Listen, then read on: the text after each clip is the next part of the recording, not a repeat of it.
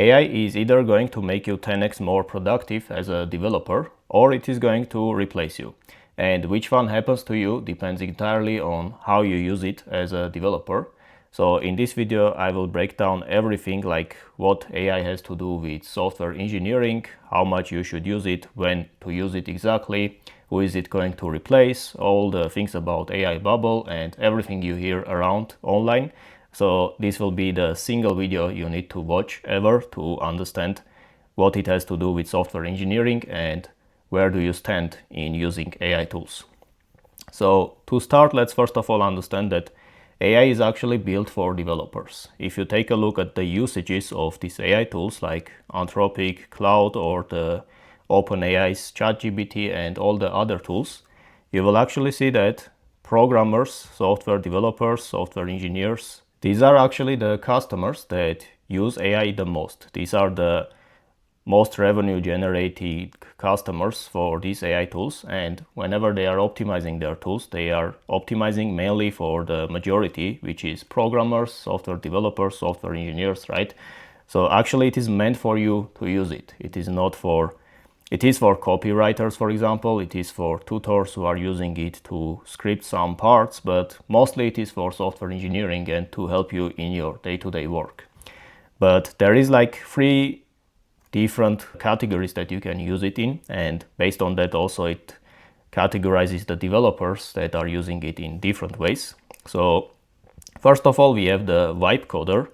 These are guys that are using like Lovable, V0, Devin, and they think that these tools like Devin, Lovable, and AI overall will replace all the developers, which is of course not true. You also know it as a software engineer. It cannot replace all software engineers. It can replace some of them, which we will learn soon, but it cannot replace all of them for sure. So these kind of guys, they prompt and hope for the best because they don't have the technical expertise. So they just use some prompts like fix this or you're going to jail, or that kind of prompts, right? Which we know it doesn't work. So what is really happening with these guys when they are using AI tools is they think that AI will do everything, and if they are a programmer, a developer, they are slowly killing their problem-solving skills. One of the big skills that you have as a software engineer is solving problems, designing things, and implementing them. And if you just start using AI for all the tasks that you are doing day to day, you slowly kill your problem-solving skills, and one day you will find out that you just lost it overall because you were just using AI for every single small item. Now, he's going to be disappointed at this guy when he realizes that AI can't do the 100% of his job. Of course, if it could do it, then you would use AI and you wouldn't use your brain, so you wouldn't think about it, but that is not the case. And what's happening with vibe coders is they are just turning off their brain and trust the AI blindly. Like whatever code it produces, they just accept it without reading or without clarifying what is the use case. Sometimes it just produces like dead code that you don't need to implement, and it just ends up being in your pull request. And when AI can't solve the problem, this is where they will get stuck. Like they will have to take action and do things with their thinking, their problem solving. And since they were using AI for so long, they naturally killed their problem solving skills. So they won't be able to do it anymore without the help of AI. Now that's the vibe coder. That's the one extreme that you have in this spectrum. But on the other side, we have another extreme, which is AI denier, like this guy who comes from dinosaurs age, right? So he thinks that AI will never produce the same quality software or code as a real developer can, which is of course not true. He refuses to use it at all and pretends it's like 2020 or 2021 when AI doesn't exist yet, or it's not that good for you to use it in your day-to-day actions. So he tries to hide and think that AI doesn't exist when it's actually a big part of software engineering nowadays, and he just refuses to believe it. But you know that every day software engineers are using AI, and this guy is just getting behind by not using any tools at all. And eventually he is going to either get replaced by someone who does it properly, or just replaced by some advanced AI, which we will talk about very soon. And one more common myth that these guys believe is that there is some AI bubble that is going to burst one day. There is no AI bubble. The AI is here to stay. We are using AI every day, and there won't be any day in the future where AI is not used by anyone. It is here and everyone is using it, and people are going to use it even more in all professions and specifically in software engineering. So instead of trying to hide from it, you better learn how to use AIs and what tools you should use, when to use them, instead of just calling it a bubble and not learning about these tools. Like by bubble, only one thing that they might mean, which is kind of true, is that all these AI tools, they are right now very cheap. Like it's just $20 for Cloud, it's just $20 for ChatGPT, it's $20 for Cursor, or 60, which is still very cheap. So that might not last forever, of course, because they are paying huge costs for the infrastructure to host this. The initial idea, I guess, is to just acquire some customers and then they will naturally increase the prices. That is what I've seen, for example, with Cursor, and you will see it for other tools as well. That is correct. But that's the only thing, like the price is going to increase. And even if it increases to $100, $200 per month, it is still well worth it if you know how to use it to save yourself time as a developer. Now, if not using it at all is not the correct way to do it, and also not overusing it, of course, these are the extremes. Like one guy is just overusing it and the other guy is not using it at all. None of them are correct. The truth is usually in the middle, which is the smart engineer who uses AI properly and can actually benefit from it. So while, for example, if I just bring you an example from me, while most developers can barely do their one full-time job within 8 hours, or sometimes guys are even spending 10, 12 hours a day to complete one full-time job, there are 3 core skills that allowed me to work no longer than 4 hours per day for full-time roles.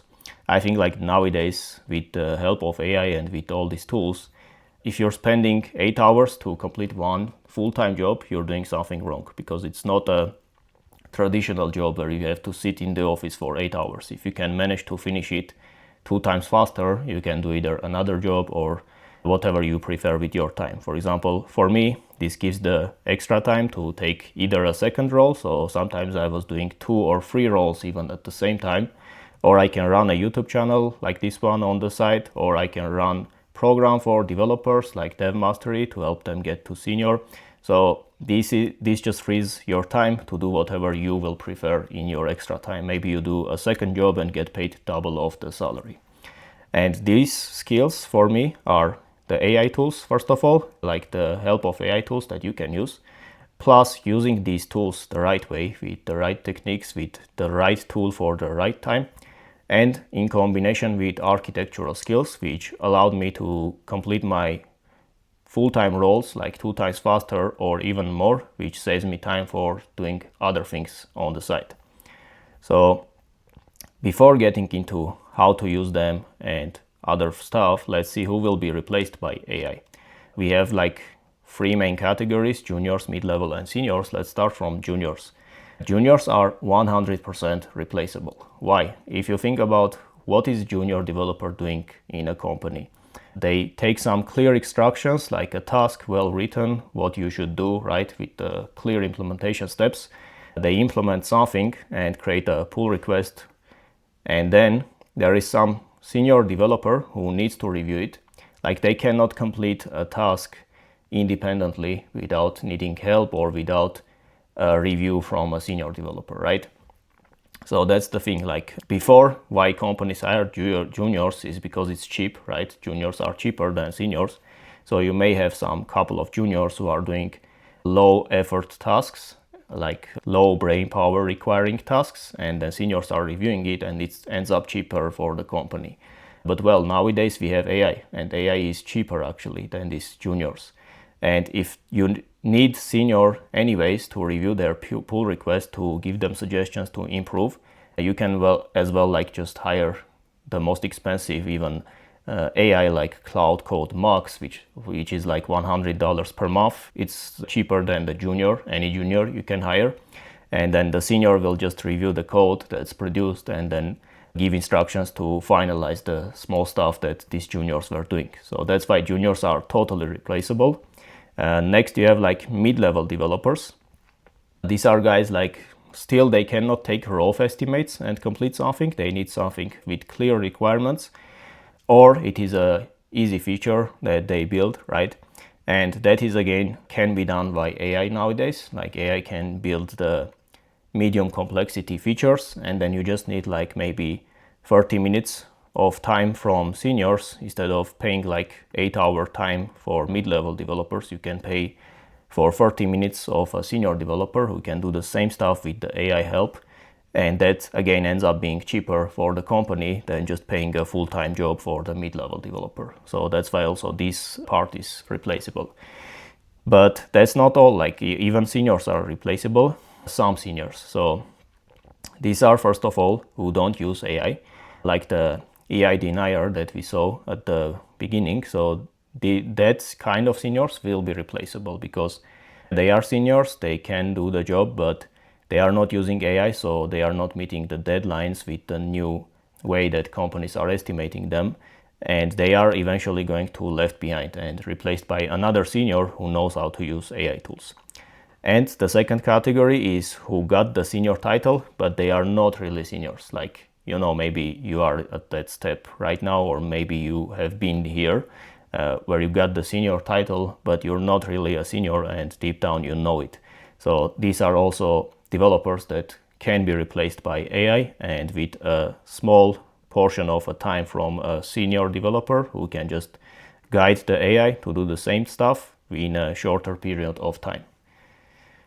Now, once we understand this, it's clear that you need to learn AI, right? You cannot ignore it and just not use AI tools at all. But how to use it and which tools to use it, that's the important part. So first of all, the tool itself doesn't matter, because these are, it matters for the specific task, but tools are always evolving. So you need to always keep up with what tool is best for which case, for example, like Cloud Code, GitHub Copilot, or Cursor AI, or there are many other tools. So you need to understand which parts, first of all, AI can't do, so that you can do it yourself. Like there are things that AI cannot do. If it could do everything, then you wouldn't exist as a software engineer.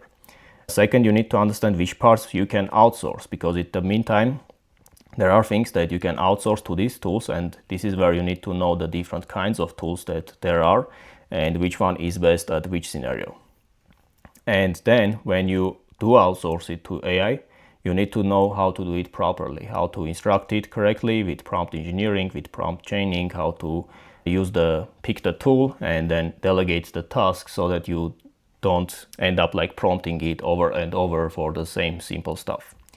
So there are still things that you need to do that requires your brain power. You need to know when to use your brain and when to use AI's brain. So at the same time, there are things you can outsource to AI to save hours every day. So the core thing here is understanding that difference and when you should outsource it and when you should do it by yourself.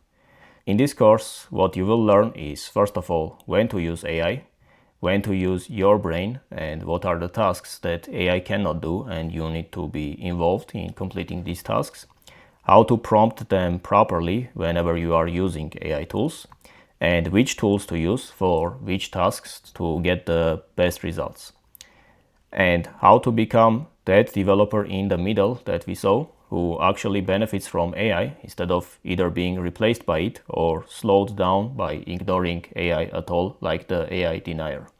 And if you're watching this on YouTube, this course is available exclusively in my mentorship program, along with all the architectural skills that you need to learn, together with the AI tools and how to use them to finally save yourself time to be able to complete your job faster, so that you either level up and get a better paying client company, or you take a second project and get paid double of the amount by completing 2 roles at the same time.